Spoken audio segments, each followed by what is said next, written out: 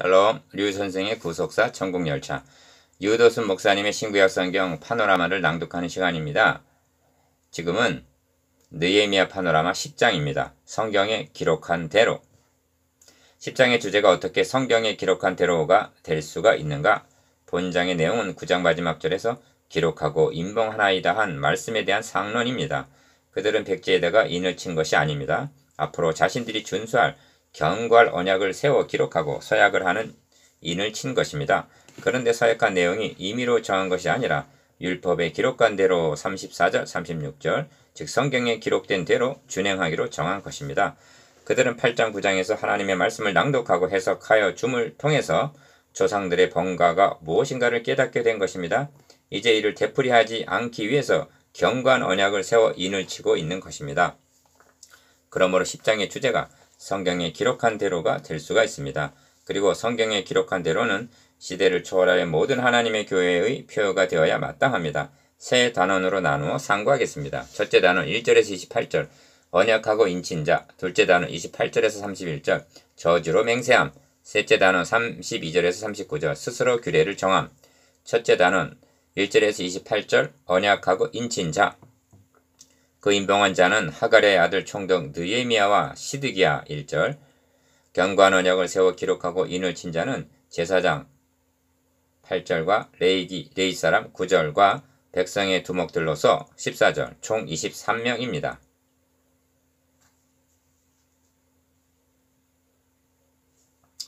(28절에서 29절로) 미뤄볼 때 이들은 대표자들이라 말할 수 있습니다.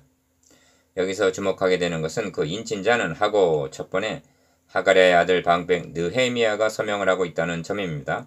앞에서 살펴본 대로 느헤미야는 1장에서 7장까지 즉 성벽 수축을 주도했습니다.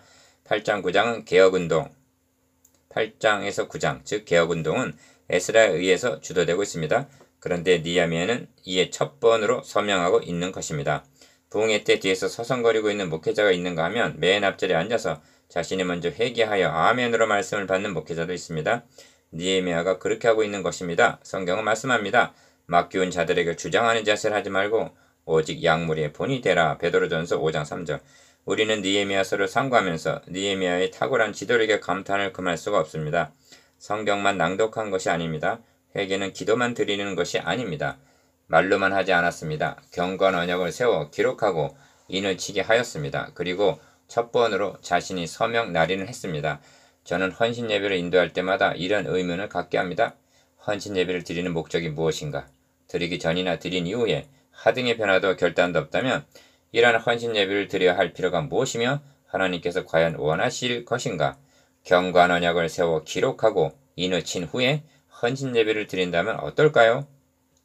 둘째 단원 28절에서 31절 저주로 맹세함.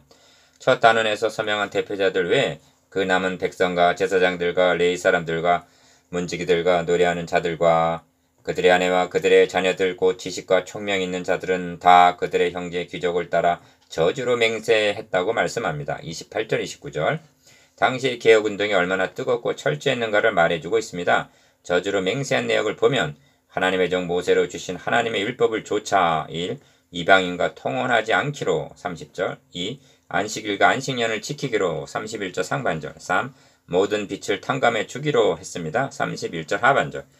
이 점에서 당시의 긴급한 상황을 생각하게 합니다. 즉 저주로 맹세한 세 사안은 당시의 위험수에 이른 긴급한 문제였던 것으로 보입니다.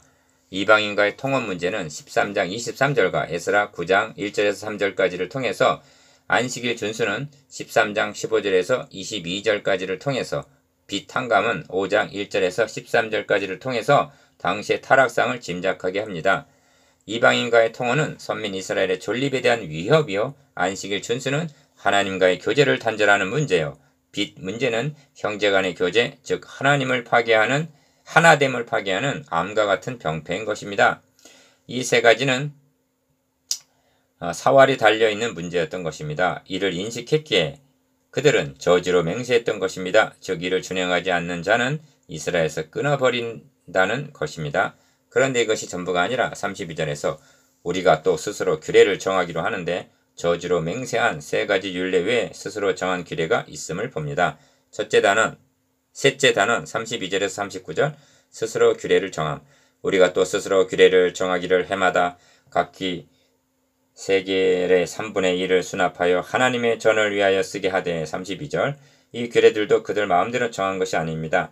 하나님께서 명하신 바 성경에 기록된 규례들입니다. 둘째 단원의 저주로 맹세한 규례는 비상조치법과 같은 규정이요 스스로 정한 규례는 성경에 기록된 대로 준행하기로 한 일상적인 규정으로 볼 수가 있습니다. 1. 생명의 속전을 들여 하나님의 전의 모든 일을 위하여 쓰게 하기로 32절 2. 번제단에 살을 나무와 34절 3. 만물 첫 열매 맏아들 첫 새끼를 드리기로 35절 36절 4. 11절을 드리기로 38절 이 네 가지 규례는 섬김 즉 봉사의 성격이 있습니다. 그리하여 우리가 우리 하나님의 전을 버려두지 아니하리라고 다짐을 합니다. 39절 그리스도와의 만남 신약의 성도들은 구약의 성도들이 준행하기로 맹세한 규례들을 통해서도 성경의 주인공이신 그리스도를 만나야만 합니다. 규례 자체만을 보고 그리스도를 만나지 못한다면 의문만 보고 신령한 것을 보지 못하므로 그리스도를 배척한 유대인들의 우를 범하게 될 것입니다. 구약 성경을 통해서 계시하신 주인공은 우리 주 예수 그리스도이십니다. 그들은 저주로 맹세하기를 이방인과 통혼하지 않겠노라 했는데 왜 그러야만 했는가? 이 제도 그 규례는 저주로 맹세해야 할 규례입니까?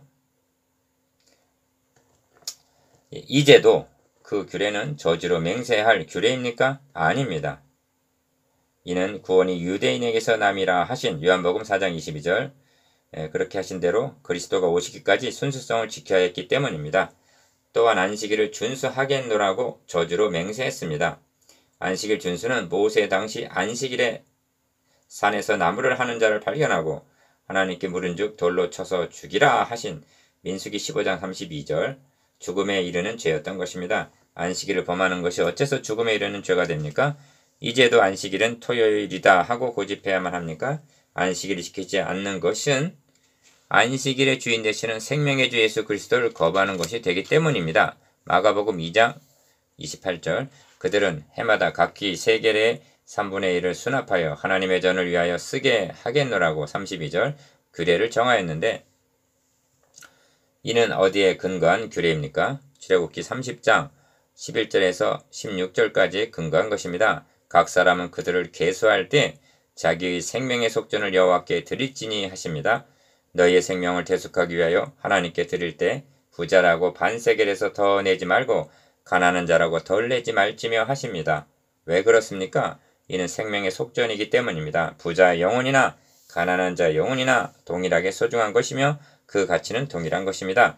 그리스도께서 그들의 생명을 위하여 속전을 지불하실 때에 디모데전서 2장 6절 동일한 값을 지불하셨기 때문입니다. 반세겔을 3분의 1로 3분의 1 세겔로 정한 것은 느헤미야 당시의 형편이 얼마나 어려웠었던가를 말해줍니다. 이상에서 상고한 대로 구약의 성도들이 저주로 맹세한 규례들은 교훈적인 면에서는 이제도 유효하다 하겠습니다. 그런데 이를 구속사라는 맥락으로 보면 생명의 속전을 들여주셔서 진정한 안식을 쉬게 하리라는 그러한 안식을 주실 그리스도에게로 인도하는 몽학선생이 되는 것입니다. 성경은 말씀합니다. 이런 것은 먹고 마시는 것과 여러 가지 씻는 것과 함께 육체의 예법일 뿐이며 개혁할 때까지 맡겨둔 것이니라. 히브리서 9장 10절 그러므로 10장의 마지막 결론에서 우리가 우리 하나님의 전을 버려두지 아니하리라 한 것은 영적 논리로는 참 성전으로 임만에 하실 그리스도를 배척하지 않겠다는 일종의 신앙 고백인 셈이 됩니다.